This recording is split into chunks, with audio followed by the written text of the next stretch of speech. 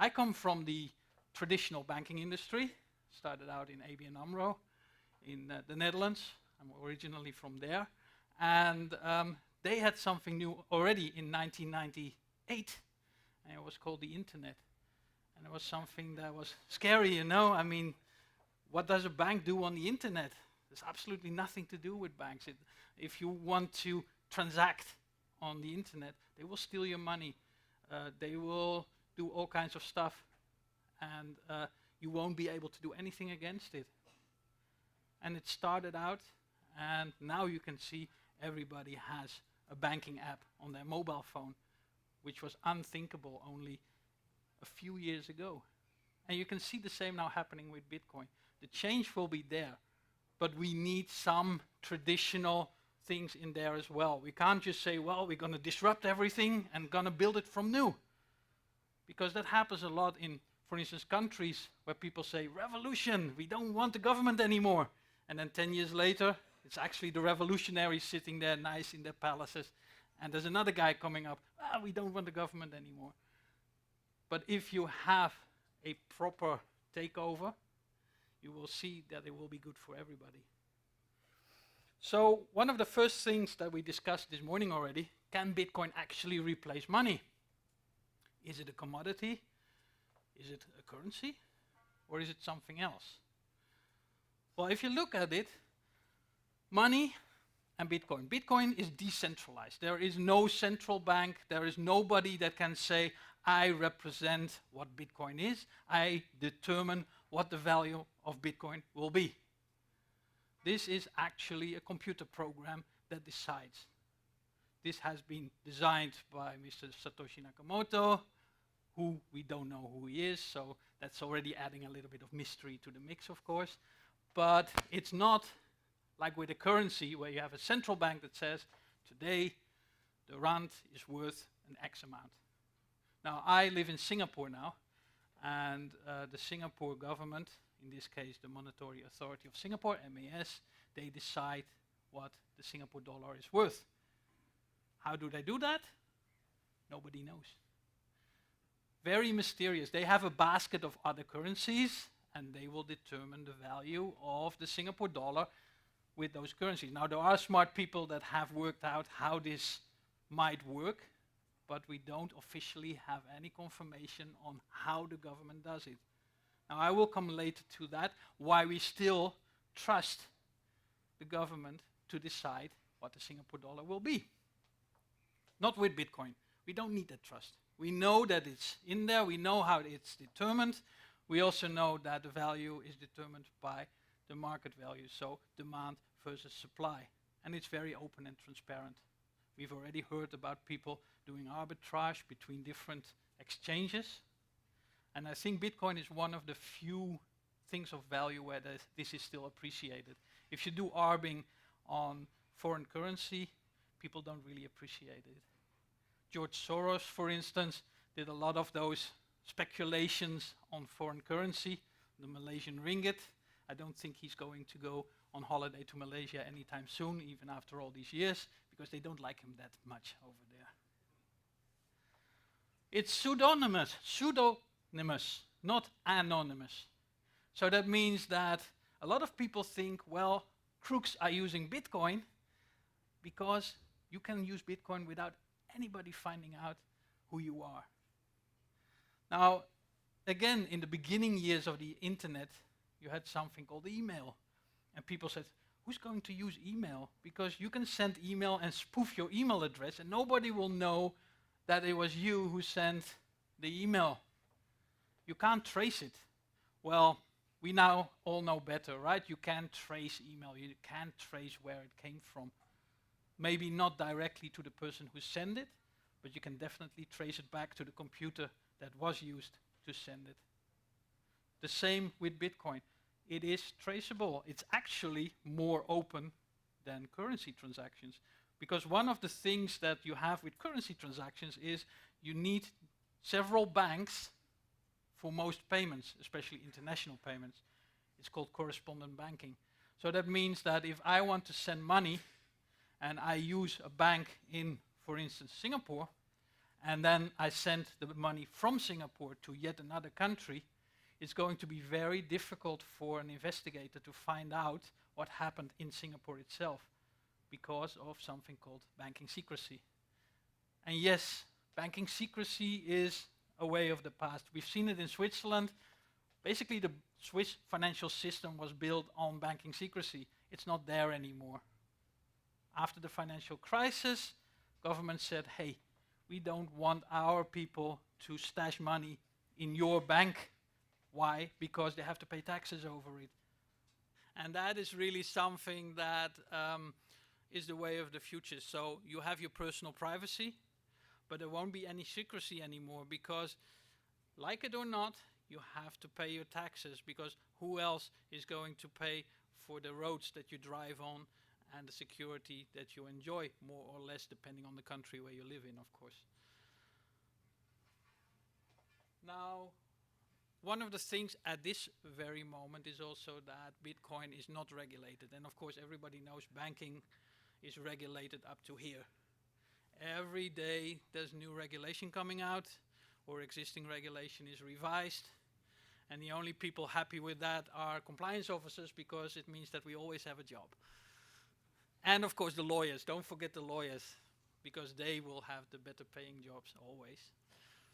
But Bitcoin is not regulated yet. And it's not because I'm a compliance officer that I say Bitcoin needs to be regulated.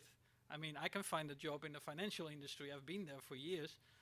But I think that the opportunity that is there for Bitcoin needs regulation. I'll get to that a little bit later.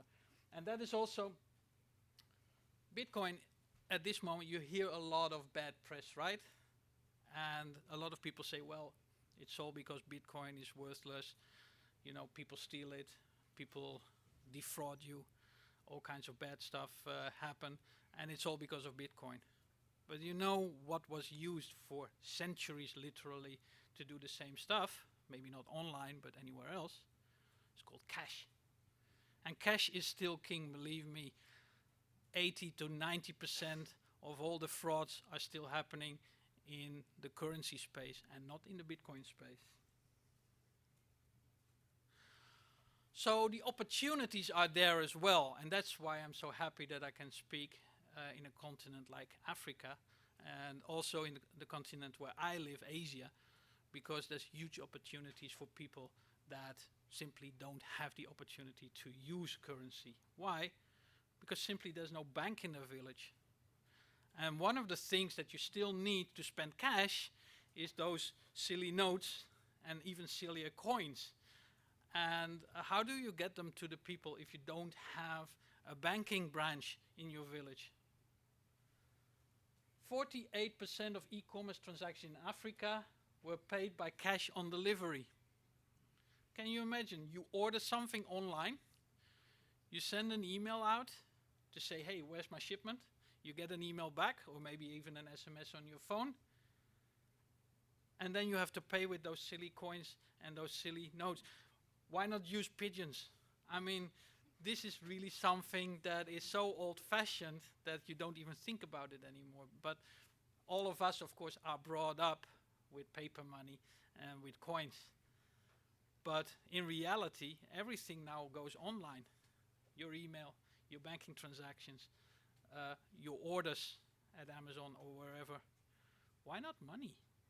So this is a huge opportunity for Bitcoin, and especially in places where there are very few banks, if you look at the countryside. And the same in Indonesia, it's the same in the Philippines.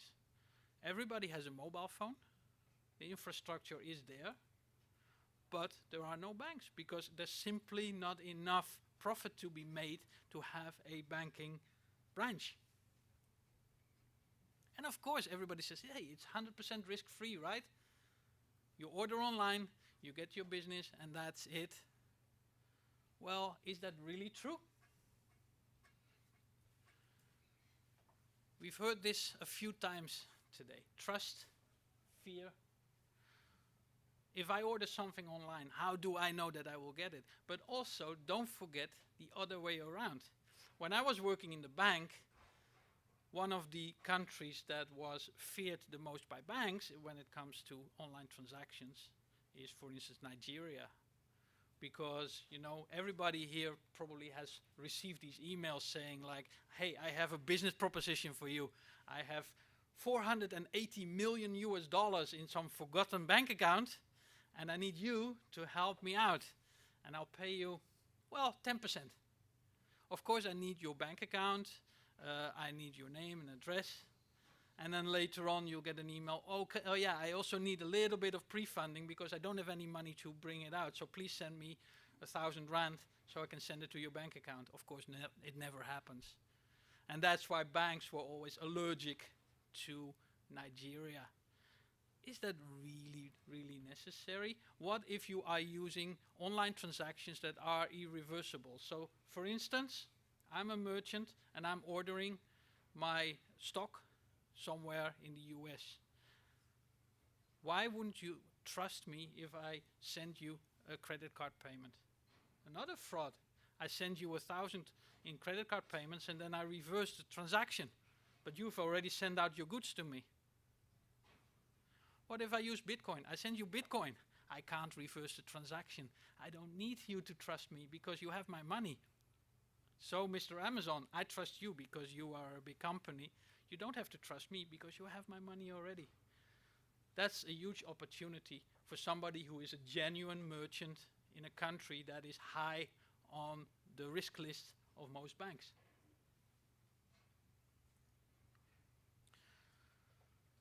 So, probably everybody heard about Mt. Gox. It's something that is used as a standard of how it could go wrong. But on the other hand, look at the number of banks that went into trouble after the financial crisis in 2008. I was still working for ABN AMRO, and we actually got instructions to use our anti-terrorist filters, which block transactions from terrorists, to use them to block transactions from banks that went bankrupt. So you go from being a genuine banking institution to being almost a terrorist because they're using the same tools for that. And of course, it's not over yet. We just had news that a Bitcoin exchange called MyCoin disappeared with a lot of money in customer funds. But if you look a little bit closer to this example, it was a Ponzi scheme. So it offered people a huge return, 10 to 50%, if they would just put money in there. And the funny thing is that Bitcoin wasn't even that important. It could have been gold. It could have been land. It could have been wine. We've all had these scams in Asia. I don't know if you've had them here in South Africa, but wherever people want to become rich fast, and China is one of the countries where if you go to a Bitcoin conference, they start with asking, who here is a millionaire because of Bitcoin? And then everybody goes, yay! Of course, a few people will say, no, I was too late, but people are always looking for ways to get rich fast. And if you are looking to get rich fast, most of the time you will get poor very, very fast. A fool and his money are easily parted. And with Bitcoin, it's no difference. And that's what happened with MyCoin. So let me give you another example. And this doesn't involve Bitcoin, just to show you that it's not the virtual currency that is to blame, at least not fully. Apple. Apple has this very nice thing called the App Store. Now everybody knows about it.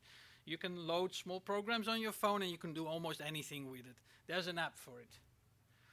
So the crooks also found out, hey, this is interesting because if I put an app on there that does absolutely nothing, then I just let my friends buy this app and I can use my black money, my drugs money, whatever, and Apple will take that 30%. Of course, hey, they want